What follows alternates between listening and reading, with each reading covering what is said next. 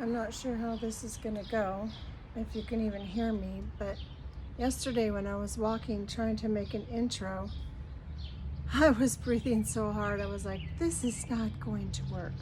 I have to do this outside because it is so hot. It's 11 o'clock and it's 84 degrees. It's supposed to be 94 today, and I have an air conditioner going and 2 fans because I live in an old house, and that's how we do it. We had the guy come out to check for redoing our heating and cooling because it's oil heat. See, cars. And it was just going to be so expensive because they had to redo the duct work and everything, and it's just ridiculous. And my video yesterday would not upload onto YouTube. I was so frustrated. I had to delete so much stuff off my phone because InShot wouldn't save it. Well, then I had it with my intro, which I'm glad it didn't work.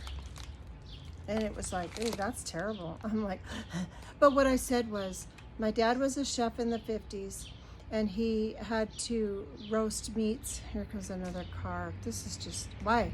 Whenever you start something, this is what it does. He worked in a hotel in Michigan, and they fed 500 patrons a night. We don't even live on a through street. It's a dead end. Anyway, they had to feed 500 patrons a night, and he would roast turkeys and roast beef and prime ribs and corned beef. I mean, my dad was a master meat chef, and he knew all the good food, the good recipes. And on my 18th birthday, he bought a restaurant. And so in my video yesterday, when I was walking in out of breath and I went, oh, that was terrible, I was telling you that I went from waitressing to cooking, and then like the morning that I worked on Saturdays, I would have sausage gravy. My dad made the best sausage gravy and biscuits, homemade biscuits. He had a big old bake table, and he would just throw 25 pounds of flour down and 2 cups of baking powder and a cup of salt and like a big thing of, lard or Crisco, whatever it was, probably Crisco. And he would roll out these biscuits, and they were amazing. And then I would make a big old hamburger on the nights that I worked, or if, like, I would work 1:30 to 10, I would make a big old juicy hamburger. I'm opening my, sorry, couldn't see it, my Keto Chow. And so I'd make me a big old juicy hamburger and french fries, that's what I did. And then Dad had he had a buffet in the 70s and 80s, long before people were even doing it. There were some buffets around, but not very many. And then a salad bar. We had a salad bar, and oh my goodness, it was so good. And then Dad would have all the sides. So we had a buffet on Sundays, and people would come. I live in Yakima now. This is in Prosser, 50 minutes away. People came from Yakima to Prosser to my dad's buffets. Friday night was fish night. He would do hush puppies. Oh, I tell you, my dad was such a good cook, and his Swiss steak, my favorite. He taught me all of those recipes. I know how to make all of his recipes. And his Swiss steak was just phenomenal. Oh my God. I made it when we all gathered for him to tell us he was passing away in 2017. It was January, I think 11th, and so I made a big old batch of Swiss steak and mashed potatoes and green beans, just like Dad would. And then a month later, he was gone.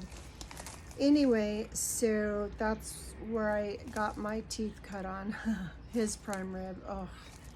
And then we would do corned beefs. He did corned beefs, and then we would have Reubens. His specials were whatever was left over from Sunday, we would have for specials during the week. And ham, he did a big old ham. Oh, man, good stuff. All right, so raspberry cheesecake, good. Two Crazy Ketos, I just watched one of their videos on making that. My mistake has not been using melted butter.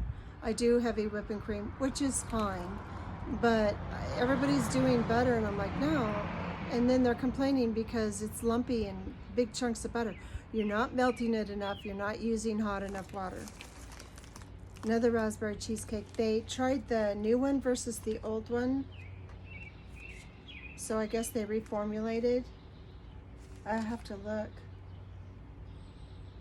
Wow. Expiration 3 of 28. Sweet. Oh my goodness. My husband's going to love this. I'm going to make ice cream. He loves the Keto Chow ice cream. I'm telling you. I made a mistake last month. It was not chocolate that I pulled out. It was root beer. I'm so stupid. And then I pulled out the recipes going, oh, why is there, why? Dumb. Well, because they're brown. Oh my gosh, four raspberry cheesecake. Now it takes 24 hours. I made one the other morning, and then we had ice cream later that evening, and it wasn't enough time. It has to be 24 hours. Snickerdoodle, I was getting down. I just made one. Part of it is in the fridge. Snickerdoodle. Best Buy 1124. Sweet. Key lime. Oh my goodness. You make my key lime fluff and you will die and go to heaven. I've talked about it before. You just whip up some whipping cream. I would do about a cup or a cup and a half. Whip it up. Add a little bit of sweetener. You got to have a little bit of sweetener. And then mix that really well with room temperature, 8 ounces of room temperature cream cheese. And then you add the Keto Chow.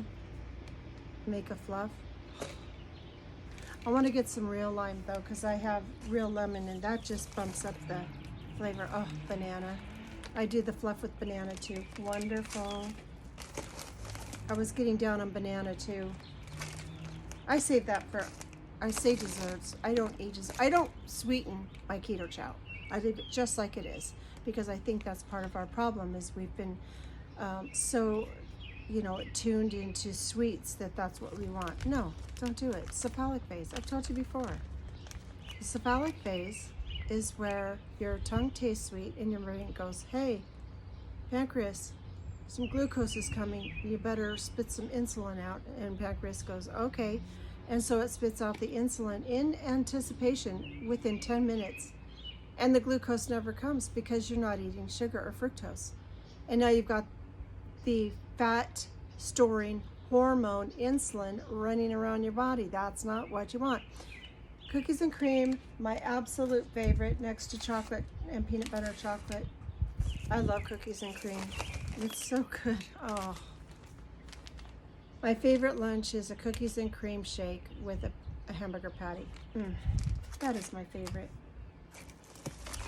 Oh, peanut butter. Second time getting just the peanut butter. It took me forever. I never did just get peanut butter. So I'm really loving that.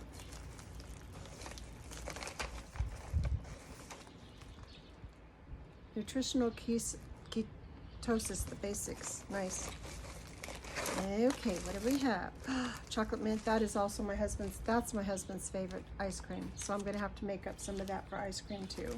Because it's 85 right now, and it's going to be 94 tomorrow. I think 90s, and then Saturday or Sunday in the 80s.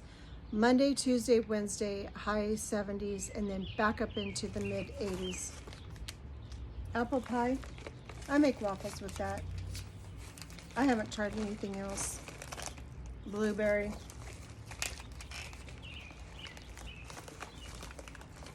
Vanilla. I'll flavor them up. It'll be fine. Apple pie. All right, so that's what I got this month. I'm kind of disappointed I did not get, what? I don't remember now. I was thinking about that I wanted something. Recipes. Can't remember now what it was. I was hoping to get the raspberry cheesecake. I was thinking more summer flavors would be in this one. Like more key lime, orange, lemon, the guava, orange mango. Oh my gosh. Like I said, I hoard them. I have them. Key lime coconut popsicles. Those look so good. Go online. You can go to Keto Chow website and get recipes. Giant peanut butter cup. I don't eat that way, but if you want to, go ahead. Apple pie ice cream sandwich. Oh, it looks like it's made with a waffle, and then you could do Keto Chow ice cream inside. Now I would do that. That sounds good. Raspberry rose panna cotta. I've never made panna cotta, but I'd like to try. Chocolate strawberry mint cooler. I don't know about strawberry and mint together. Maybe it's really good. I don't know. Sometimes I give my daughter the recipes because I think she would make them. You know, she's got the kids. Now what I do with my clicker.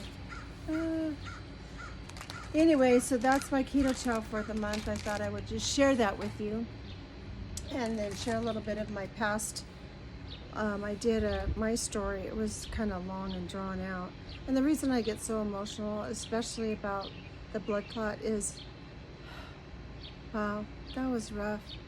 I mean, I had 3 kids with no, you know, numbing, no, you know, those epidurals, and I had my appendix out, and that was bad, and I broke my ankle. That was really, really bad. And you know, the drilling of the 5 holes, like I told you, in my elbow, but that blood clot was the worst. I don't wish that on anybody. It was the absolute worst. I had umbilical hernia surgery. I mean, I didn't tell you even all my surgeries in my story yesterday, but I had umbilical hernia. That was so painful. I suffered way too long. Then I had the surgery, and when I woke up, I felt like I was kicked in the stomach by a horse. Really, it did hurt. And when you have these surgeries, like I had the gallbladder, and that one, they make you hold a pillow on your stomach and cough, you know, to cough, because you know you don't want to upset anything in there. So, but yeah, man, rough life. But I'm here and I'm making it, and I'm just wanting to be an influence on somebody's life. I came across a really good video, a guy yesterday. What is it? Oh, I don't remember. I hate that. He does carnivore recipes, and he made carnivore rice out of eggs. You need to check out that video. He looks like he's a policeman. That's a good one, and if I can figure out how to link that video, I will, because I'm not good at editing. I just do on the fly because I can't edit. I don't get it. I don't have time. So anyway, that's the way that goes. We're all busy, and you know, I'm retired, but I am so busy, and so now I got to get some stuff done. I'm getting 100 duck eggs today. So excited, can't wait. So anyway, I got to get ready for that too. I still have some from last month. Anyway, you guys have a good weekend and keep carnivore.